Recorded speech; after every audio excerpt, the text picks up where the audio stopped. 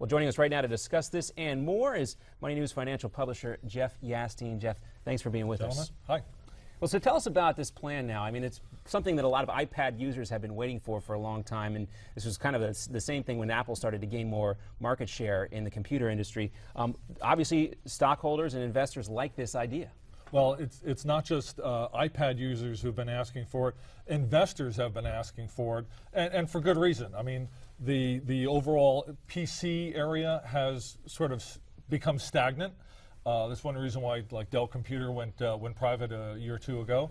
So going into the area of the iPad, it's obviously good for Apple, and it's also very good for Microsoft. It's one key reason why Microsoft shares are at $40 today, which the all-time high was around $50, $51. That was set more than a decade ago. And while we're dealing with the information age and all these technological breakthroughs, Jeff, it seems that the bounce Microsoft has gotten has just come off the old-fashioned buzz and the expectation. Now, stepping back for a second, not that we'd ever ask you to take a contrarian view, but we have seen challenges with technological innovations and some of the programs and new things that come in that are supposed to be the next big thing.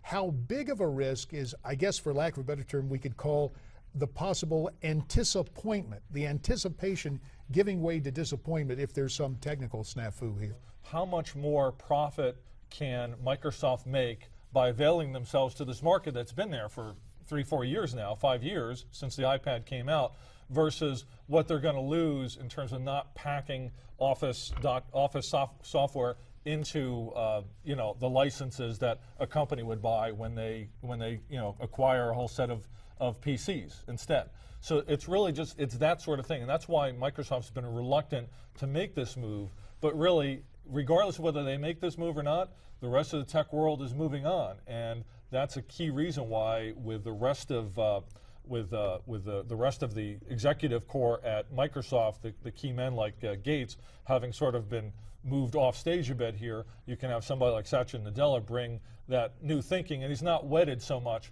to what made Microsoft great back in the 90s. What's interesting is to see how this is going to play with Microsoft's tablet, the Surface, and what that does, because people want to use Apple products. They might already be used to using those Apple products and have access to that software now. And also interesting to note, Apple's stock price today is off just a skosh, just 6 cents down right now. Meanwhile, Microsoft's stock price, $40.52, up 3% today. So they're clearly having a much more of a benefit from this than Apple is. It's true, and I think investors are also anticipating that Satya Nadella will bring, as I was saying, new thinking to Microsoft.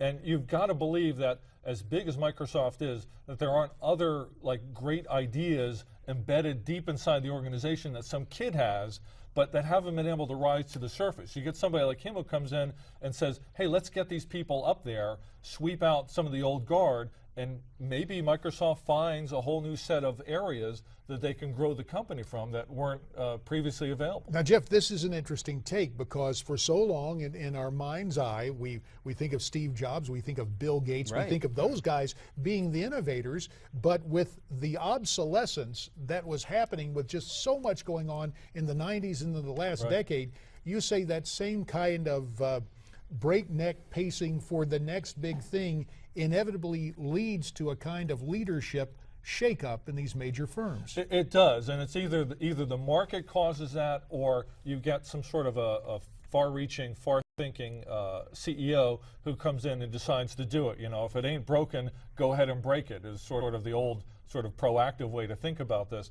Now, typically with Microsoft stock, it's been dead money for quite a long time. They have a dividend, but the stock really hadn't done all that much. It's been trading at a fairly wide range for the last 3, 4, 5, 6 years. However, with the kind of move that Microsoft has been making since it became apparent that the old guard at Microsoft was going away, that perhaps, like the last time I was on, I think I even said that Microsoft, I thought, was ripe for being broken up at some point. Right. And you have to wonder if now, with the stock having moved as high, the pressure's off on that. And it may give Satya Nadella some wherewithal to make bigger changes that perhaps the board would have resisted previously. And to JD, to your point, we saw the old battle with Steve Jobs and Bill Gates, and who benefited from that? That was the consumer, because competition yields a better product, and especially in a free market society. So what we could have here is another beginning, a renewal of that competition between Apple and Microsoft, because Apple, it seems lately, has kind of maybe been a little bit boring, if you will, since Steve Jobs, and so maybe they need to ramp things up. Tim Cook is kind of seeing where the game is going right now. Is going to step his game up a little bit. I think so. It'll put pressure on Apple. And the other interesting thing about Microsoft embracing, finally, the iPad, is that maybe it makes Microsoft more relevant to your Generation Y and millennials, who are the big adopters of iPads, and allows them more exposure to Microsoft products, which again, before, like driving, sorry, I was using driving, I'm going to make a GM analogy here, Yeah. that Microsoft previously to them was sort of like, driving a Buick or a Nash or something like that from the 1940s or 1950s that doesn't have any relevance to them. So it brings Microsoft much more into relevance afterwards. Obviously, we're talking about Microsoft, but when John mentions Mr. Cook and Apple, how much time does Cook have to solidify his position? He came in the wake of the trauma and the loss of Steve Jobs. Is he in any trouble now? Because we see some things in the press that Steve Jobs thought Apple TV was the wrong road to take. Right. Some other second guessing, it would seem, perhaps stories planted by guys who aren't exactly cooking behind Tim Cook. I think he is under pressure. I don't think in the very near term, but I think in the next year and a half, they need to show something, because right now, like you say about Microsoft with this move, as well as Samsung. Samsung's been coming out with a whole series of products. They came out with their new smartwatches and what have you. All that has yet to come out from Apple.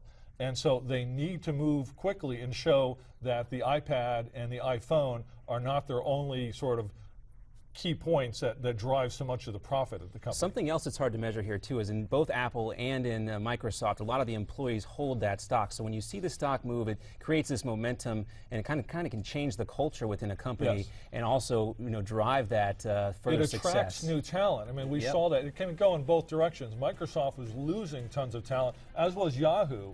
And as those companies change momentum, they can draw new talent back in, and that's where those new ideas, new products come from. All right. Well, it's, what's old is new again, with the Cold War and with Microsoft as well. Completely different realms, but good stuff. Thanks for being around, Jeff. Thanks, John. Thanks, really appreciate it, Jeff, to get that word on what's going on. Coming up next, what is the deal with Al-Qaeda's former spokesman? His trial continues in New York. We will talk about that and have a lot more for you on America's Forum.